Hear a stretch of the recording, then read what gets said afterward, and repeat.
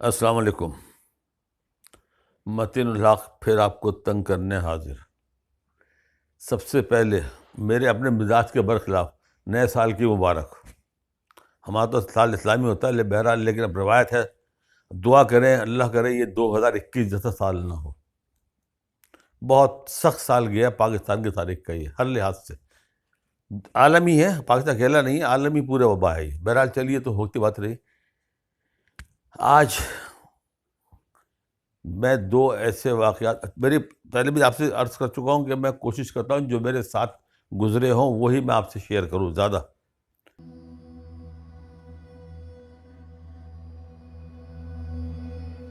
تو ایک دفعہ انجانے میں میں اور میرے بھائی سفلی عمل کا شکار ہو گئے تھے، وہ میں آپ کو بتاؤں گا۔ دوسرا بتاؤں گا، ایک نظر باز، شعبدے باز، جادوگر جو بھی کہہ لے، اس سے بھی ہماری ایک ملاقات ہوئی تھی، اس نے کیا کر کے دکھایا تھا وہ الگ ہے، لیکن جو اصل میں آپ کو بتا رہا ہوں یہ ہم انجانے میں ہم شکار ہوئے تھے سیف علم کا۔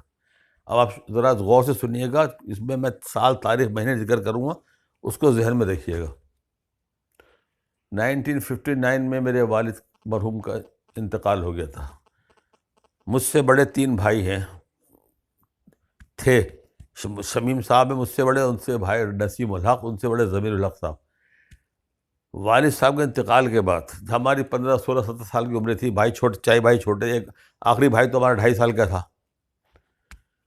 ان مرحوم نسیم الحق صاحب نے جان لڑا کے ہم کو سب کو سنبھالا، اور ہر وہ دنیا کی جو سہولت میسر ہو سکتی تھی وہ انہوں نے ہم کو دی، خود بعد میں لی، اللہ ان کی مغفرت کرے۔ باپ سے زیادہ انہوں نے، لوگ بھی اعتراف کرتے ہیں بات کا کہ ایسا بھائی تو کسی نصیب والوں کو ملتا ہے۔ ان کی فل جوانی کا دور ہو جاندار۔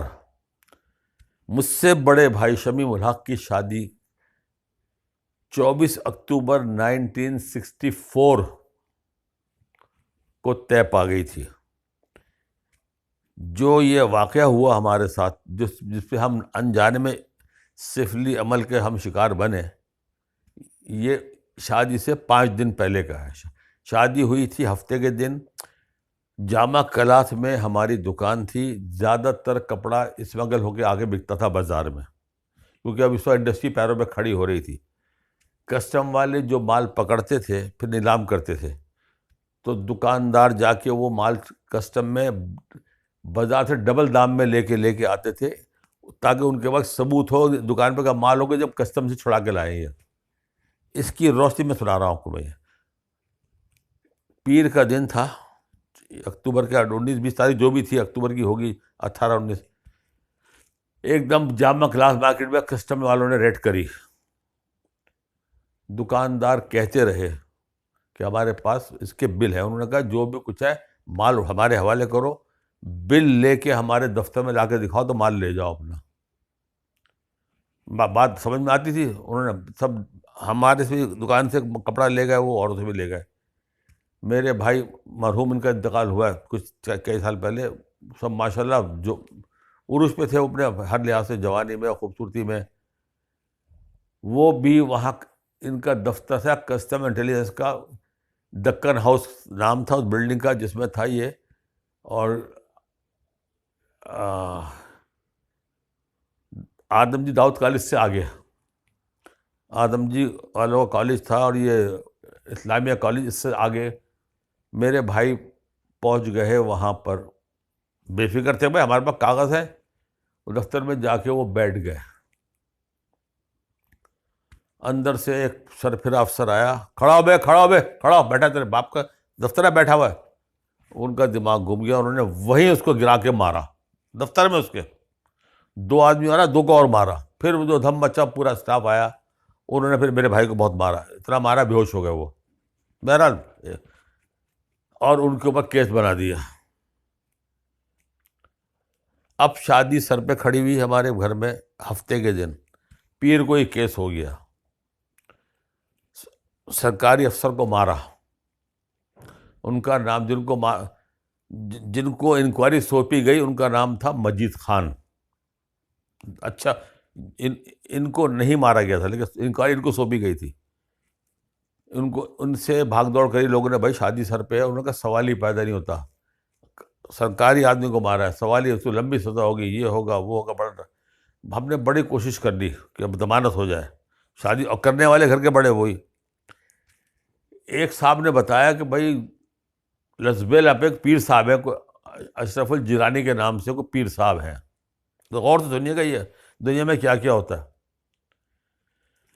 ان کے بعد جاؤ وہ عمل پڑیں گے، ضمانت ہو جائے گی۔ اب بھائی اب اس وقت ہماری عمر کیا تھی، 20 21 سال میرا خیال ہے عمر تھی میری، 20، ایسے چھوٹے بھائی، اب ہم بڑے بھائی لپیٹے میں آ گئے، جن کی شادی دلہا میں الگ پریشان، بڑے شمیم صاحب۔ ہم ان پیر صاحب کے کسی جن صاحب نے کہا تھا، حوالہ دیا، وہی ہم کو لے کے گئے ان کے پاس، ہم نے پورا کیس بتایا، کہنے لگے بھائی مجھے اس کے لیے دریا پر عمل کرنا پڑے گا، اور آپ بندوبست کر لیں سواری کا، میں چلتا ہوں عمل کروں گا، آپ 5 یا پتہ نہیں 5 یا 3 انہوں نے کہا کالے بکرے کی سریاں لے کے آئیے گا، اور نئی کیلیں لے کے آئیے گا، ہتھوڑی کے ساتھ لائیے گا۔ ہم اس وقت تک ان کو پیر صاحب ہی سمجھتے رہے، سچی بات ہے، ابھی تک بہت باتیں معلوم ہوا ہم کو تو، خیر یہ میرے سے بڑے چھوٹا بھائی اسحاق، وہ اور ہمارے پاس اس زمانے میں 15 سیٹر یا 12 سیٹر گاڑی میں تھیمس کی نام کی انگلش گاڑی آتی تھی۔ پیر صاحب کو وقت مقرر پہ اٹھایا، ان کے 4 ان کے حواریوں کو، چمچے کہہ لیں یا مرید کہہ لیں، ان کو لیا، میں، میرا بھائی اور ڈرائیور، 8 لوگ ہم گاڑی میں بیٹھ کے، انہوں نے کہا چلیا بند، کراچی سے ٹھٹا ہے 60 میل، 67 میل پہ ہے چلیا بند پہ پانی آتا اس میں سے، انہوں نے کہا وہاں چلو، میں رات کو، اب جب ہم چلے ہیں تو پورے رات ہنسی مذاق کرتے ہوئے، جیسے لگتا ہے جیسا کوئی عالم کے ساتھ بیٹھے ہیں، دنیا بھر کی ہنسی مذاق باتیں۔ جب چلیا بند پہ پہنچ گئے، پانی کے کنارے ہم نے کیمپ کر لیے، بیٹھ گئے گاڑی میں، انہوں نے گاڑی کھڑی کری بالکل پانی کے ساتھ ہی۔ اس کے بعد انہوں نے کہا اب آپ سب لیٹ جاؤ، میرے ساتھ کون چلے گا؟ اسحاق بھائی نے کہا میں چلوں گا۔ تو انہوں نے کہا میں آپ کو، اگر آپ سونا تھوڑی دیر سونا سو جائیے،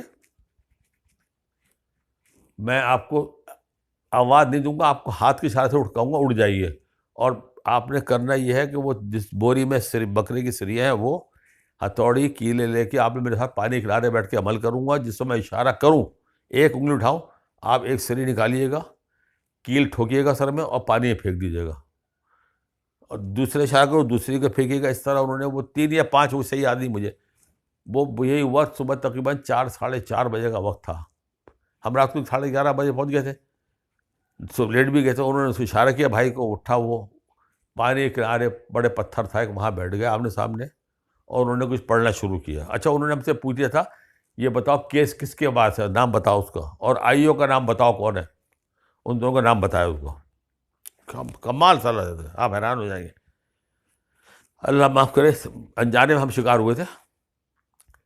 انہوں نے پانی کے کنارے بیٹھ کے عمل پڑھنا شروع کیا، اشارہ کرتے رہے، بھائی میرا اللہ اس کو عمر دے، وہ ایک ایک کر کے کیل ٹھوک کے پانی میں پھینکتا رہا، اس کے اٹھ کے آ گئے، ایک دم فریش، کو بات ہی نہیں ہے، چلو بھائی وہیں پر چائے وائے چولہا وولہا تھا، لے کے گئے، چائے بنا کے پی۔ اب صبح سویرے ہم نکلے، ٹھٹے آ گئے۔ اچھا یہ تھوڑا سا بتا دوں، کیس لگا ہوا تھا، ایڈیشنل ڈسٹرکٹ مجسٹریٹ تھے ابرار صاحب، اور انتہائی نیک نام اور سخت آدمی، ان کے پہ دھبا کوئی نہیں تھا، جو بعد میں انکوائری ملی، اور پیشکار تھے نقوی صاحب۔ ان دونوں، نقوی صاحب کے ڈائلاگ بعد میں سناؤں گا آپ کو، بتا دوں نقوی صاحب تھے پیشکار۔ ہم آ رہے تھے اپنا گپ شپ کرتے آ رہے تھے، لیکن دل میں بوجھ تھا۔ تقریباً 11:05 ہوئے تھے، ڈنگ روڈ پہ تھے ہم لوگ گاڑی، انہوں نے کہا گاڑی ذرا سائڈ پہ کرو، اور انہوں نے ایسے کان لگائے جیسے کسی کی بات سن رہے ہیں، اچھا ٹھیک ہے، کہنے لگے مبارک ہو، ضمانت ہو گئی آپ کے بھائی کی، قسم کھا کے کہہ رہا ہوں، یہ کمال وجہ، اور اسی وقت ضمانت ہوئی تھی ان کی 11:05 پہ۔ بہرحال ہم اس زمانے میں ٹیلی فون بھی کھال کھال ہوتے تھے، یہ کب کی بات ہے، بہرحال پہنچے، معلوم ہوا وکیل ہمارے تھے ریٹائرڈ میجر اشفاق صاحب، وہ بھی پر امید نہیں تھے کہ یہ آپ کا کیس ایسا ہے، لیکن ہوا یہ تھا کہ صبح کو تاریخ جب پیش ہوئے ضمانت کے لیے، وہ تو جو آئی او تھے ان سے پوچھا، انہوں نے کہا نہیں سر آپ ضمانت لے لیجیے ان کی، مجھے کوئی اعتراض نہیں، ان گھر میں شادی ہے ان کے، میں نہیں چاہتا کسی کی بد دعا لگے. آئیے پھر آئی او نے بعد میں بتایا ہم کو کیا ہوا ہمارے ساتھ. اس وقت جس وقت وہ آرڈر کرنے سے پہلے وہ ریجیکٹ کر چکے تھے، فائل چلی گئی تھی پیشکار کے پاس. پھر ان کو کچھ ان پہ اثر ہوا، خیال آیا، انہوں نے دوبارہ منگایا، بلایا، بولے فائل لے کے آؤ. کاٹا، گرانٹڈ، بیل گرانٹ کری. اس وقت انہوں نے پوچھا تھا آئی او سے، آئی او نے کہا مجھے اعتراض ہے آپ لے لیں. بعد میں نقوی صاحب سے سلام دعا ہو گئی تھی، انہوں نے کہا جی میری زندگی گزر گئی کورٹوں میں، آج تک کبھی ایسا نہیں ہوا کسی جج نے اپنا ہی آرڈر فائل منگا کے کینسل کر کے، اور وہ ایسا جج جس پہ کوئی دھبا نہیں ہے رشوت کا، اور اسے گرانٹ کی ہو. مطلب میری عقل کام نہیں کرتی. مجید صاحب سے پھر ہم نے بعد میں پوچھا، ان سے دوستی ہو گئی تھی ہماری. پھر وہ 1969 میں یحییٰ خان نے ان کو نکال بھی دیا تھا، بیچارے پریشان ہو گئے تھے. پھر وہ بھائی نے سپورٹ کری، ورنہ اور ہم کو دوستی کا معاملہ تھا، پھر بحال ہوئے. بہر الگ کہانی. مجید صاحب کا کہنا یہ تھا کہ تقریباً صبح 4 ساڑھے 4 بجے جس وقت ہم پڑھنے بیٹھے تھے، وہ کہتے ایک دم میری آنکھ کھلی ہے، میرے دل پہ بڑا بوجھ، میری نیند اڑ گئی، مجھے لگ رہا ہے میں بہت زیادتی کر رہا ہوں. مجھے کوئی کہہ رہا ہے تو ایسی کسی کی بد دعا مت لے، گھر میں تقریب ہے، گھر کا بڑا ہے، تو اس کے اپوز نہیں کر. کہنے لگا میں لیٹ ہی نہیں سکا، ناشتہ بھی بڑی مشکل سے کیا. اب میں چاہتا تھا مجھے بلایا، میں کہہ دوں لے لو. کہنے لگا اور یہ وہ مجھے بلایا گیا، اور میں نے کہا ضمانت لے لیجیے آپ. بعد میں معلوم ہوا وہ صاحب بہت بڑے جو ان کا نام تھا پیر صاحب. جب ہم نے اب بعد میں معلوم ہوا کہ بہت بڑے سفلی کے وہ سفلی گر تھے. لیکن یہ اب دیکھیں کہ اس کو کیا کہیں گے آپ. وہی ہوا جمعے کے نماز سے پہلے بھائی باہر آ گئے، ہفتے کو پوری شادی میں انتظامات سارے انہوں نے کرے. لیکن یہ جو ہوا یہ کیا کہہ سکتے اس کو. اب آ جائیے آپ 67 میں. ہمارے جن ورک شاپ میں ہماری گاڑی کام ہوتا تھا، ہمارے دوست ہی ہیں، وہ آج بھی حیات ہیں، صغیر بھائی. دفتر میں بڑے بھائی ہم کے بیٹھے ہوئے، میں اور میرے 2 بھائی اور بھائی نسیم بیٹھے ہوئے، اور یہ بھائی صغیر ایک دوست کے ساتھ ایک صاحب کو اور لے کے آئے. کہنے لگے یہ آپ تھوڑا وقت دیں، ذرا تفریح کر لیں ان سے. وہ شعبدے بعد بھی تھے، نظر بعد بھی تھے، لیکن اور بھی کیا تھے. اور ان کا ابھی حال میں انتقال ہوا ہے بحیثیت بہت بڑے پیر کے، شاہ فیصل کالونی میں، کوئی 3-4 سال پہلے. وہ صاحب اس نے کمال دکھایا. اس وقت ہم سے تقریباً 4 فٹ دور بیٹھا ہوا آدمی، اس نے کسی چیز کو ہاتھ نہیں لگایا. چھوٹی بتا رہا ہوں، مگر جو مین چیز تھی وہ بتا رہا ہوں. اس نے کہا جی تاش کی گڈی آپ بازار سے منگوا لیں. نہیں، منگوائی گئی گڈی. جوانی کا زور تھا سب کا، بیٹھے پھرتا. اس نے تاش کی گڈی ایسے لی، وہ اتنی سی ہو گئی. اس کے بعد ہم 5 کے ہاتھ میں تاش کی گڈی تھی کہ آپ اپنے دل میں کوئی ایک کارڈ سوچ لیں اس میں سے. اب یقین کریں، ہم 5 نے اپنے ذہن میں ایک کارڈ سوچ لیا. اس کے بعد اس نے اس وقت کے بعد سے گڈی ہاتھ میں لی، اس میں سے دیکھا ایک کارڈ نکال کے آگے ہمارے آگے رکھ دیا، گڈی ہمارے آگے چھوڑ دی. کہنے لگے جی آپ سب کو یاد ہے آپ نے کیا کارڈ سوچا تھا؟ ہم نے کہا ہاں یاد ہے. کہنے لگے آپ جس نے جو کارڈ سوچا اٹھا کے دیکھ لو کارڈ وہ ہے کہ نہیں ہے. ہاں کمال تھا، سب نے حکم کی بیگم سوچی تھی، اور وہ کوئی بیگم رکھی تھی وہاں باہر. تھوڑا سا مجھے وہ میں نے کہا نہیں گڑبڑ ہے. کہنے لگا آپ کو تسلی نہیں ہو رہی، اب ایک کام اور کر لو، میں گڈی کو ہاتھ نہیں لگاتا، آپ ایک کارڈ نکال لو، نکال کے الگ رکھ دو، آپ ہی دیکھو اور کوئی نہیں دیکھتا. میں نے نکال کے دیکھ لیا، وہ پان کا 1 میں نے رکھ دیا نکال کے الگ. اب اس نے مجھ سے پوچھا جی آپ نے جو پتا نکالا تھا، دیکھا تھا، وہ رکھ دیا الگ، آپ کو یاد ہے نا کیا ہے؟ میں نے بالکل یاد ہے. کہنے لگا آپ اٹھا کے دیکھ لیجیے. میں نے اٹھایا تو پان تگی تھی کسی میں. میں نے کہا یہ پتا تو نہیں ہے. کہنے لگا کیا کہتے ہو؟ میں نے کہا ہاں. کہنے لگا تو آپ نے کیا پتا سوچا تھا؟ میں نے کہا پان کا دیکھا تھا. میں نے کہا پان کا 1. کہنے لگا یہ کیا ہے؟ میں نے کہا تگی. کہنے لگا دوبارہ دیکھو اٹھا کے. دوبارہ اٹھایا، پان کا 1 وہ. مگر جو سب سے بڑا ظلم کیا نا اس نے، جو اس پہ آج تک میں حیران ہوں. شادی میری ہوئی تھی، بیگم نے مجھے ایک تولے سونے کی انگوٹھی بنا کے دی تھی، اپنا خود کا نام لکھ کے دی تھی مجھے وہ. اس نے ہاتھ نہیں لگایا، اس نے مجھ سے کہا انگوٹھی اتار کے آپ یہاں باہر رکھ دو. اب اس نے کہا میں پانچوں سے کہتا ہوں جس کو جو خوشبو پسند ہو وہ اٹھا کے سونگھ لو. بخدا جس نے جو خوشبو پسند کری اٹھا کے سونگا. انگوٹھی میں بڑی تیز خوشبو، بڑی تیز خوشبو. میں نے اٹھا لیا، مان گیا بھائی تو واقعی تو. میں نے گلاب سوچا، کسی کو سوچا. 1 مہینے تک اس انگوٹھی میں خوشبو رہی، اور ایک بار غائب ہو گئی میری انگلی سے، بعد میں غائب ہو گئی وہ، آج تک نہیں ملی.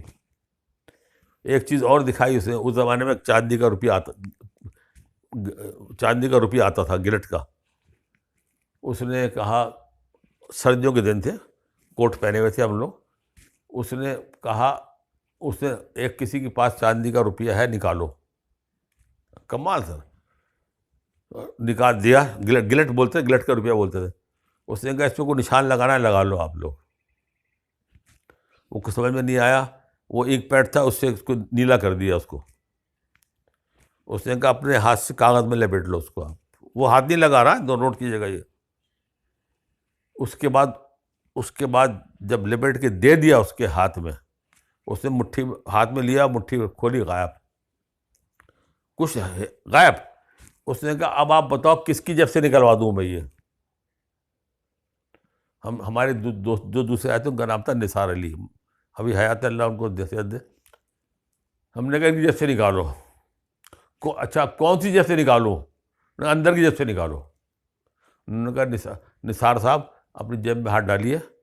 وہ ہاتھ ڈالا، وہی کاغذ میں لپٹا ہوا بھائی روپیہ نکالا، کھولا، وہ نشان سیاہی لگی. ہم نے کہا اس کے بعد میرے بھائی مرحوم نسیم اٹھ کے تجوری کے بعد بیٹھ گئے کہ روپیہ نہ غائب کر دے ہمارے یہ. بہرحال وہ چلا گیا. اس کا شوق، اس کا ہابی، اس کا پروفیشن یہی تھا. اب بعد میں کسی نے کہا تو پیر بن جا. وہ بیٹھ گیا فیصل آباد، شاہ فیصل کالونی اس وقت نئی آباد ہو رہی تھی. بھائی وہاں وہ پیر بن کے بیٹھ گیا. وہ بڑا اس کا آستانہ، بڑے اس نے بڑے مزے لوٹے، بڑا لوگوں کو بیوقوف بنایا. سنا کچھ عرصے پہلے انتقال ہوا اس کا. بہرحال دیکھیے اپنے ساتھ گزری دونوں باتیں سنائی ہیں، اگر شیئر کر لیں آپ سے. سوچیے گا دونوں کے بارے میں. السلام علیکم.